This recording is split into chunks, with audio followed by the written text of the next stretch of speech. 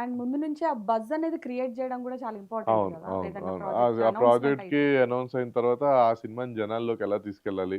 And వాళ్ళకి తెలియాలి. మనం ఒక్కోసారి మన చుట్టుపక్కల ఓ 10 మందికి తెలుసు, దాని గురించి మాట్లాడుతున్నారు, అందరికి తెలుసు అనుకుంటే తప్పు. ఎందుకంటే అటు ఆ శ్రీకాకుళం నుంచి ఇటు మొత్తం అంతా అన్ని ఏరియాలు కవర్ అవ్వాలంటే మరి అంతమందికి సినిమా గురించి తెలియాలంటే మనం హ్మ్. హ్మ్. దాని ప్రమోషను, దాని ఇది అంతా గూడా రీచ్ అంతా కరెక్ట్‌గా ఉండాలి.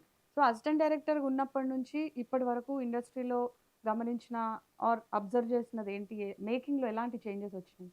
మేకింగ్‌లో అంటే ఫస్ట్ అప్పుడు నేనొచ్చినప్పుడైతే రీల్ ఉండేది. ఇప్పుడు డిజిటల్ అయిపోయింది కాబట్టి కొంచెం ఈజీ. అప్పుడైతే యాక్చువల్‌గా రీల్ ఉన్నప్పుడు ఇంకా బెటర్ ఏమో. హ్మ్. ఎక్కువ వన్ మోర్‌లు ఎక్కువ చేయకుండా నీట్‌గా రిహార్సల్ చేసి నీట్‌గా అయిపోయేది. ఆ! డిజిటల్ ఉంది కాబట్టి అది ఎక్కువ వెళ్ళిపోతుంది. దానివల్ల టైమ్ వేస్ట్ కూడా అవుతున్న ఛాన్సులు ఉంటాయి కొన్ని కొన్ని హ్మ్. సార్లు. హ్మ్. మనకంత అవ్వలేదు గానీ బట్ మేబీ అవ్వచ్చు. హ్మ్. అండ్ ఇంగ అంతే అంటే పెద్ద చేంజ్ ఏంటే మనం ఈ కంటెంట్ అంతా మారింది. ఒకప్పుడున్న కంటెంట్ వేరు. ఇప్పుడు కంటెంట్ వైడర్ ఆడియన్స్‌కెళ్ళింది. అండ్ ఆ! ఇవి పాన్ ఇండియా ఎక్కువైపోయింది. హ్మ్. అప్పుడసలు పాన్ ఇండియా అనే టాపిక్కే అవును. లేదు.